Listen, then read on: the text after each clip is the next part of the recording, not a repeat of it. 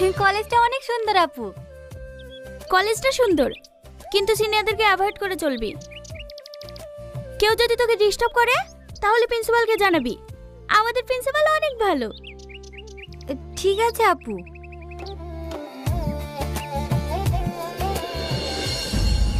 মেয়েগুলো নতুন মনে হচ্ছে। চল মামুনিদেরকে আমাদের পরিচয়টা দিয়ে আসি। নাম কি সোনা? কে রে, নাম বলছে না যে? কালা মনে হয়। চলো আপু।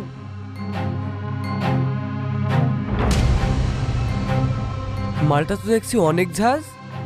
হ্যাঁ, নতুন তো, তাই তোকে চিনতে পারিনি। ও ঠিক বুঝে যাবে তুই কি জিনিস। চ।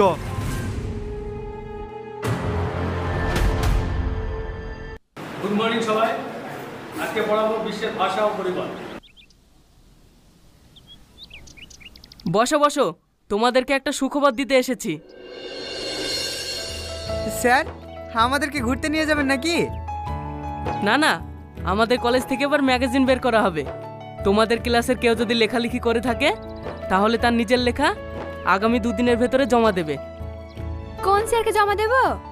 কোনো স্যারকে না, রোহনকে জমা দিবা। রোহন এগিয়ে এসে এই উদ্যোগ না নিলে আমরা ম্যাগাজিন প্রকাশনে পিছিয়ে থাকতাম। স্যার, আমার লেখা তো প্রেম ভালোবাসা নিয়ে। আমার লেখা নেবেন তো? নেব না কেন? সাহিত্য তো প্রেম ভালোবাসা মায়া নিয়েই তৈরি হয়।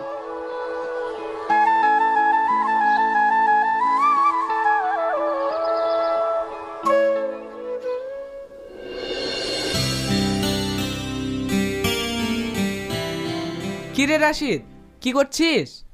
এদা ভাই, রিলস দেখছি। সারাদিন বেকার রিলস না দেখি পকেট পকেটে ট্রেডিং করে ইনকামও তো করতে পারিস। কিভাবে ভাই? তাহলে শোন, প্রথমে ডিসক্রিপশনে দেওয়া লিঙ্কে গিয়ে রেজিস্টার করে আমার প্রোমো কোড MO25 ইউজ করে ডিপোজিট করবি। এখানে 100 টাকা ডিপোজিট করলে 200 টাকা পেয়ে যাবি। ঘরে বসে বসে এটা কিভাবে সম্ভব? আরে পরিশ্রম ও দক্ষতা থাকলে সব কিছু সম্ভব। ডেমো অ্যাকাউন্টে ট্রেড করে রিয়েল অ্যাকাউন্টে ট্রেড করবি, আর এটা ভেরিফাইড, কোনো রিস্ক নাই। ভাই, তাহলে এটা রেজিস্টার করার জন্য কি কি লাগবে? আরে তেমন কিছু না, ফোন নাম্বার আর ইমেল আইডি দিয়ে রেজিস্টার করতে পারবি। আর এটার ইন্টারফেস একদম ইজি। আর এখানে তুই পাবি সোশ্যাল ট্রেডিং, অন্য কারোর ট্রেড দেখেও ট্রেড করতে পারবি। তাহলে ডিপোজিট কিভাবে করব? একদম সহজ, ইউপিআই, ফোনপে ও কার্ডের মাধ্যমে ডিপোজিট ও উইথড্রল করতে পারবি। টাকা 5 মিনিটে চলে আসবে অ্যাকাউন্টে। আচ্ছা, এই দেখ, তোকে ট্রেডিং করে দেখাচ্ছি। এখানে গেস করতে হবে গ্রাফ উপরে যাবে না নিচে। যদি মনে হয় উপরে যাবে তাহলে ব্লুতে, আর নিচে যাবে মনে হলে রেডে ক্লিক করতে হবে। আমার মনে হচ্ছে গ্রাফ উপরে যাবে, তাই ব্লুতে ক্লিক করলাম। এই দেখ, ট্রেডিং সাকসেসফুল হয়েছে, জিতা টাকা আমার অ্যাকাউন্টে। আরে বাহ, বুঝে গেছি কি করতে হবে। ডেসক্রিপশনে দেওয়া লিঙ্ক থেকে রেজিস্টার করতে হবে আর প্রোমো কোড দিয়ে ডিপোজিট করে ট্রেডিং করতে হবে। তো বন্ধুরা, আপনারাও ডিসক্রিপশনে দেওয়া লিঙ্কে গিয়ে রেজিস্টার করুন আর আপনার ট্রেডিং জার্নি শুরু করুন।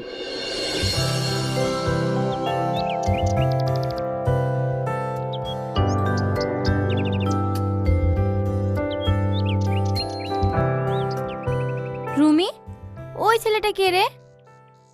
রোহনের কথা বলছিস? ও আমাদের সিনিয়র, সারাদিন ডায়েরি পেন নিয়ে পড়ে থাকে, লেখায় জানে তার কাছে সব কিছু। তোরা ক্যান্টিনে চ, আমি ওর সাথে একটু কথা বলে আসছি। দেখিস, কবির কবিতা শুনে যেন ওর প্রেমে পড়ে যাস না।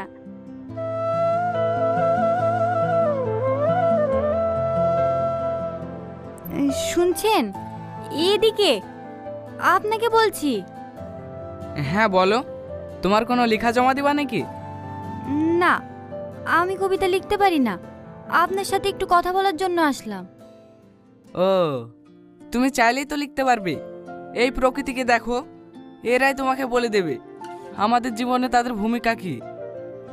আপনি কি সবই এই ডায়েরিতে লিখে রাখেন? হ্যাঁ, মনে কোনো কথা ভেসে আসলে সব এই ডায়েরিতেই বন্দি করে রাখি। আপনার মনের কথা আমি পড়তে পারি না? মানে? আপনার ডায়েরিটা একটু আমাকে দেবেন, যদি লেখাগুলো পড়ে আমি কিছু শিখতে পারি। ডায়েরি? হ্যাঁ, পরে কালকে আপনাকে দিয়ে দেব।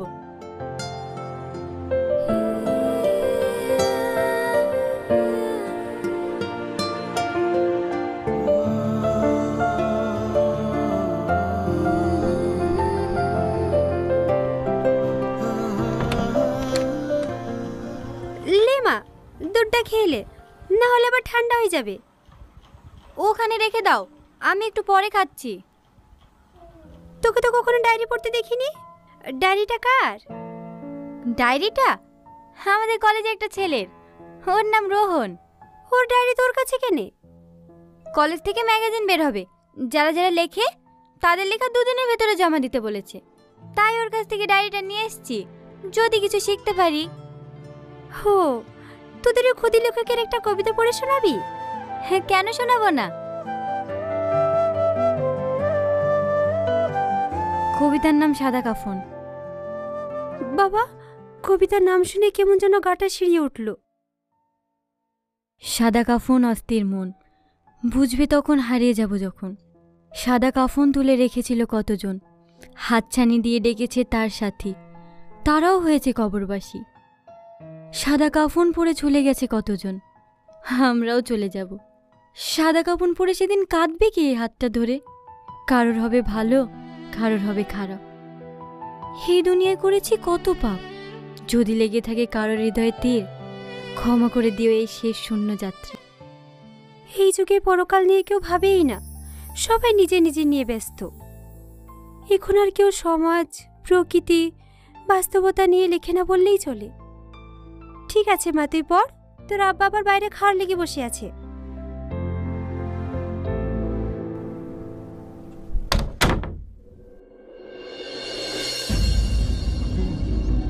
মামনি, এখানে কার জন্য দাঁড়িয়ে আছো?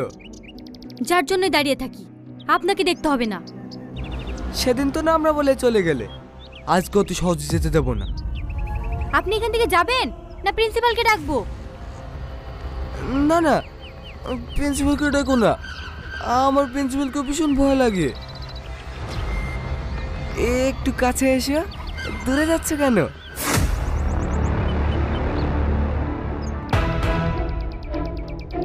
আবার বিয়া তুমি শুরু করে দিয়েছি। দেখ, এটা আমাদের পার্সোনাল ম্যাটার, তুই এর মধ্যে নাক গলাতে আসিনি। তোর মতো ছেলেকে আমার ভালোভাবে চেনা আছে, ভালোই ভালোই বলছি, ঝামেলা না করে এখান থেকে চলে যা, না হলে কিন্তু অনেক খারাপ হবে। তোকে আমি ঠিকই দেখে নেব। আমাকে দেখার আগে প্রিন্সিপালের সঙ্গে দেখা করিস। থ্যাঙ্কস। এতে থ্যাঙ্কসের কি আছে? আমি তো আমার কর্তব্য পালন করেছি। আর তাছাড়া আমার সামনে অন্য কিছু হলে আমি কখনোই মুখ বুজে সহ্য করব না। আপনি অনেক ভালো মানুষ। এই নিন আপনার ডায়েরি। সব পড়া হয়ে গেছে? হ্যাঁ, আপনার কবিতা মাকে পড়েও শুনিয়েছি, মা আপনার অনেক প্রশংসা করছিল। আমি এখন আসি। হ্যাঁ,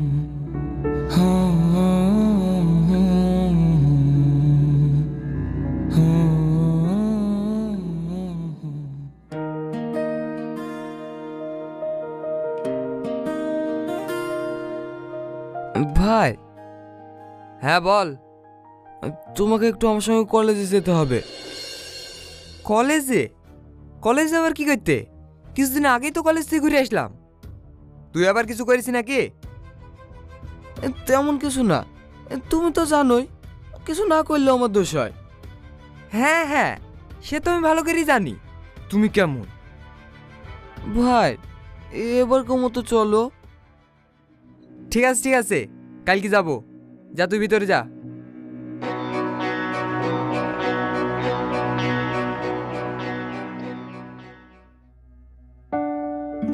আসবো স্যার। আরে সেলিম বাবু, আসুন আসুন, বসুন।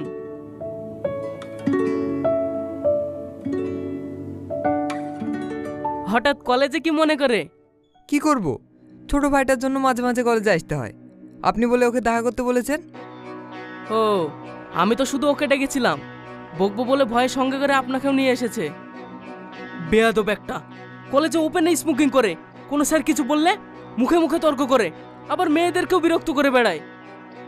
কিরে, তোর নামে সব কি শুনছি? তুই যে বললে কিছু করিসনি। স্যার, ছোট তো তাই ভুল করে ফেলেছে, এবারকার মতো ক্ষমা করে দে। স্যারের কাছে ক্ষমা চা। স্যার, আমার ভুল হয়ে গেছে, নেক্সট টাইম এরকম আর হবে না। তোমার ভাইয়ের কথা শুনে শেষবারের মতো ক্ষমা করে দিলাম, পরের বার যেন তোমার নামে কোনো অভিযোগ শুনতে না পায়।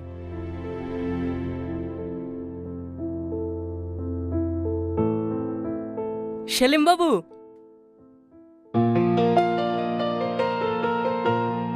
কালকে আমাদের কলেজে একটা ছোট্ট অনুষ্ঠানের আয়োজন করা হয়েছে, আপনি অবশ্যই আসবেন।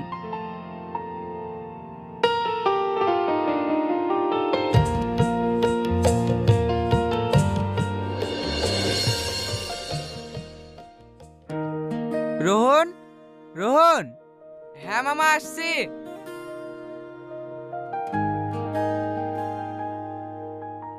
কি ব্যাপার, এত সকাল সকাল কোথায় যাচ্ছ? আজ কলেজ থেকে ম্যাগাজিন বের হবে তো, তাই স্যার সকাল সকাল আমাকে যেতে বলেছে। হো, চাটা খেয়ে যাও।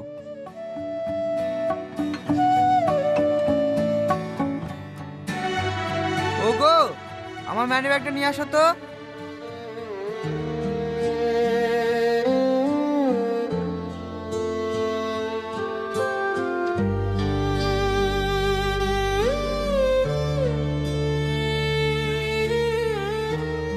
হে নাও। না মামা, থাক। আরে ধরো তো।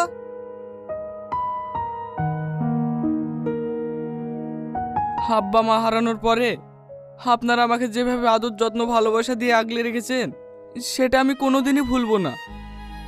তুমি তো আমাদেরই ছেলে, আর কখনো এমন কথা বলবা না। ঠিক আছে মামি, আমার দেরি হয়ে যাইছে। সাবধানে যেও।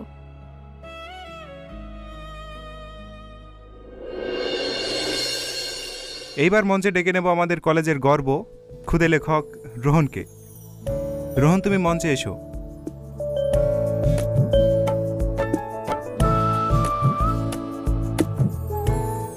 রোহনকে সম্বোধন জানাবেন আমাদের মাননীয় প্রধান সাহেব সেলিম মহাশয়।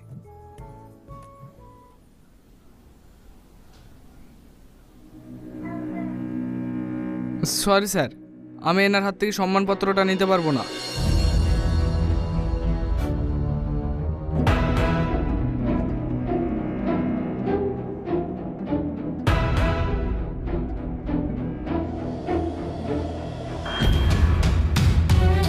দেখেছো তোমাকে সবার সামনে কিভাবে অপমান করলো?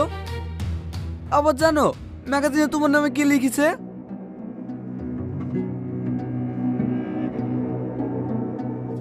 দেশ দেশ করে যায় তারা কি আসলে দেশপ্রেমিক, না মুখের কথাতে তারা দিয়ে যায় সোনার খনি? যারা নিজে নিজে বলে আমরা দেশের গর্ব, তারা নিজের নামে ঢাকঢোল পিটে নিজে নিয়ে মর্ম। দেশে গর্ব হলো তারা যারা রাত জেগে দেয় বর্ডারে পাহারা, তারা নয় যারা রাজনীতির নামে স্কুল কলেজে গিয়ে গুন্ডামি করে।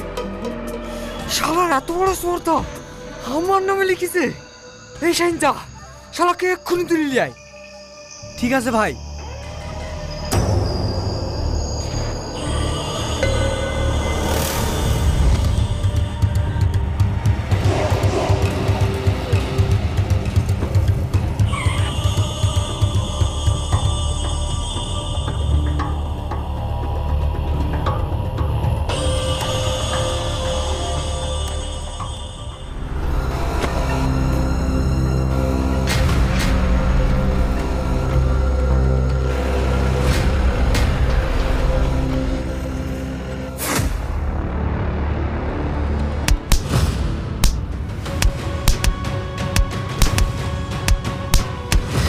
সেদিন আমার কলা ধরেছিলি না?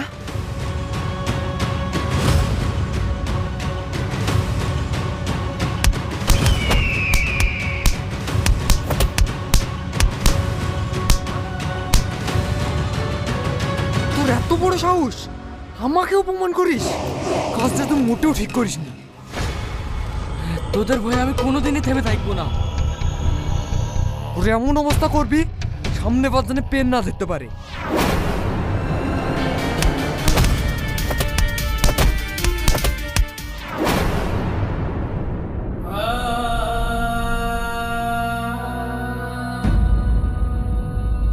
আমরা স্বাধীন হয়েও পরাধীন। আমরা সাহসী হয়েও অন্যায়ের বিরুদ্ধে কথা বলার সাহস পাই না। অত্যাচারী শাসকদের মাথায় তুলে রাখি। তাদের অন্যায়ের বিরোধিতা করা তো দূরে থাকলো, বরঞ্চ তাদের আরও প্রশ্রয় দিই। হ্যাঁ, এটাই বাস্তবতা।